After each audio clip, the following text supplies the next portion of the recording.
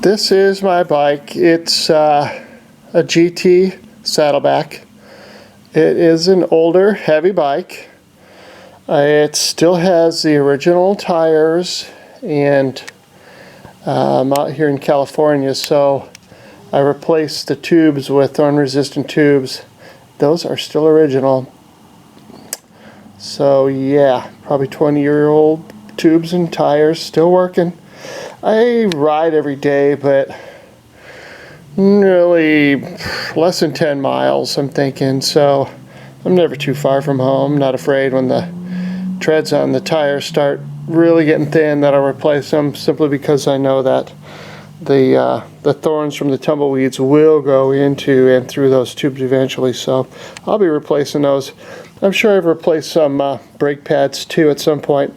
I used to ride a lot more and a lot further each ride, but I don't that much anymore, so I'm not too afraid. I have put a lot of things together here as far as modifications and repairs. I did replace the original pedal crank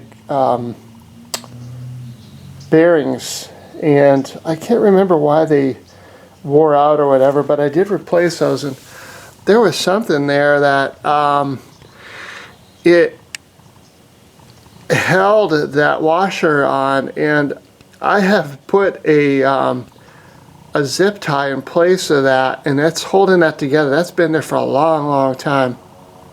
I've got zip ties here in a couple areas. One other one too is the shock boot was getting loose, and it wasn't torn. Neither one of them are torn, but it was just coming out of place. So I lubed and cleaned the shock, and then put the boot back over.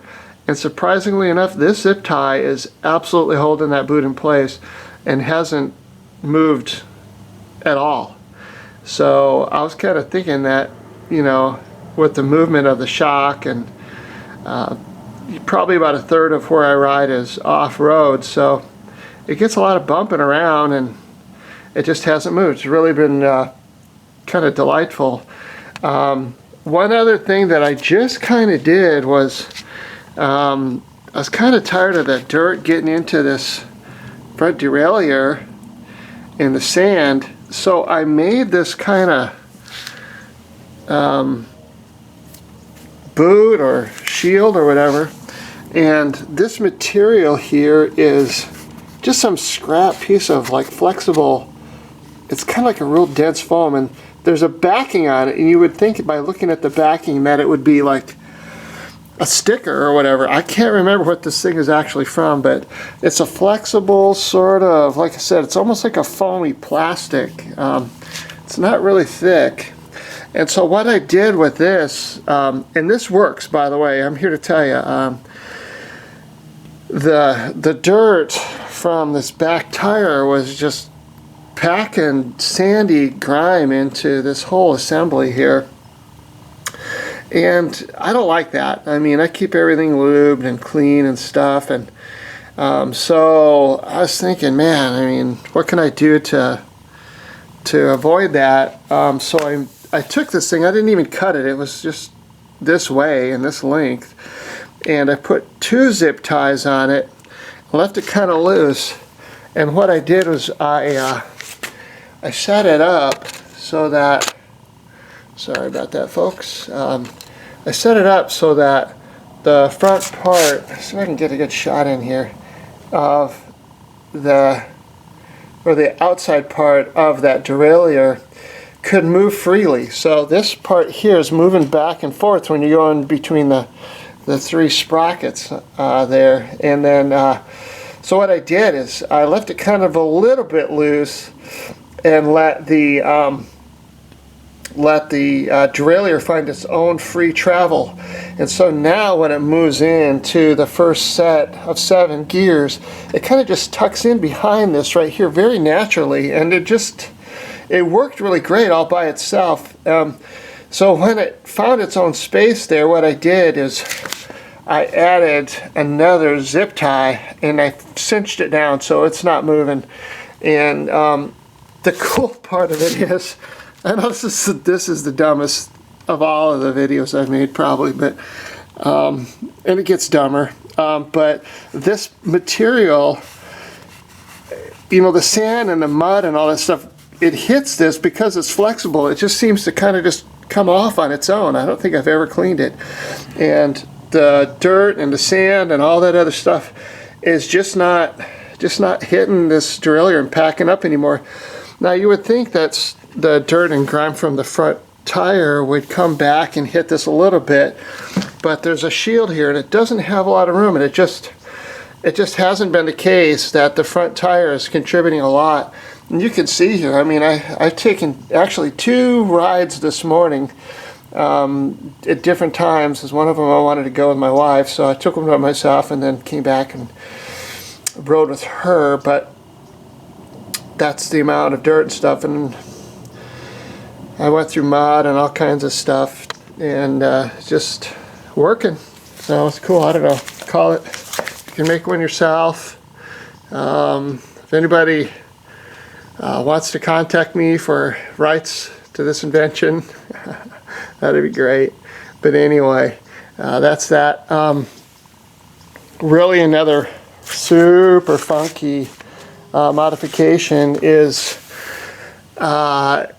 this chain guard, and yeah, it's wacky. It's a chain guard from some little kid's bike, and I just fabricated a little bracketing system for it and attached it. It broke, so there's a bracket on the back holding these pieces together, and probably some glue, and then I painted it, and the new fasteners aren't painted, but I was just sick of running my leg into this front sprocket and getting grease all over myself, so I came up with this. It looks bad, but it sure does work, so whatever. Okay, so the next thing I did was added some mirrors. I did not like the obstruction in my field of vision with the helmet mirror, and the little ones, the little tiny ones that you get for these, they just weren't big enough. So I got some really big ones, and they come with a sort of a bracket that goes around the handlebar. And frankly, the ones that I got the cheapest ones possible, but that just didn't even go around this grip. So I feel like, well, what's the point? So when I got it on there, as far as just taping it on there originally, I was like, well, this is gonna move. And so what I did was I cut their little standard bracket off. So there's still some stem, if you will, and it's got a wire or something in there, and it's got some ferrules or whatever, so you can bend it, and it kind of holds its position a little bit.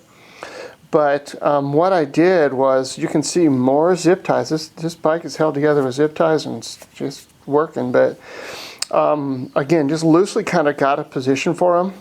Zip tied the heck out of it, and then ran a bunch of A-tape around that part of it. And then, so it kind of holds it in this position. You can see that they're both kind of the same.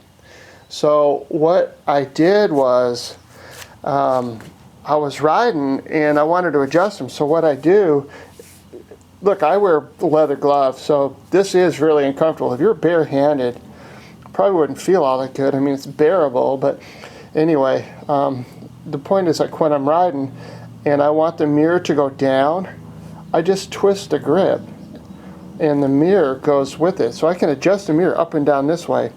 And then let me turn my hands here so I can do this. But so also when I'm riding, get my other hand in here, and I want the mirror to go in, I just pull it in, and then I just push it out if I wanted it to go out. So so it's completely adjustable from that point of view. So I can just tweak it with my pinkies, and then, you know, in or out, and then this goes up and down, and it rotates the mirror. So little adjustments on the fly. And I like this because it's not depending on anything being stable, because if you've ever mountain biked, I mean, honestly, if you're off-road, you're going to jar this mirror, and it is going to move. So this has kind of got that built into it, so it's not loose and sloppy, but when you're going different elevations, there's all kinds of things that can affect the way I want the mirror to look. So what I did was just make it so that little slight adjustments can be made on the fly. So typically what I'll do is when I'm out starting my ride, I'll just kind of tweak them a little bit, and then they're set for most of the ride. And then when I hit an off-road section and then I hit the pavement again, I just see if they need a little adjustment, and they do. It's really great because I'm not taking my eye off the road for very long. That's critical to me, because adjusting the mirror, if I have to look down more at the assembly to adjust the mirror, I'm taking my eyes off the road, and I don't like that. So I just love the way this turned out. It is ugly as can be. It's just the most ugly thing in the world, but $5 for both of them. Zip ties and tape, and they're not going anywhere. Wherever they want to move, I'm going with them. I'm moving them. So lastly, these little knobs over the years,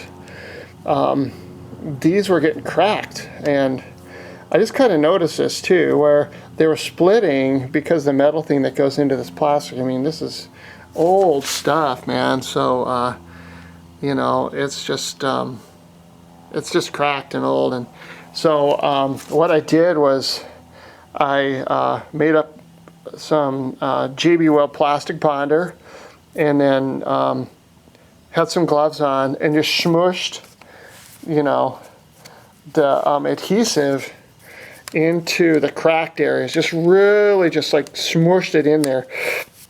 And then I took the rest of the plastic bonder, which comes out of a tube. That's a 2-component adhesive, like epoxy. So I had some left over, and I just kind of spread it over there and just let it drip and form its own little place there on that. And it just kept these little push knobs together, and does bond the plastic very well. It's another great JB Weld product, that plastic bonder. It holds weird plastics together.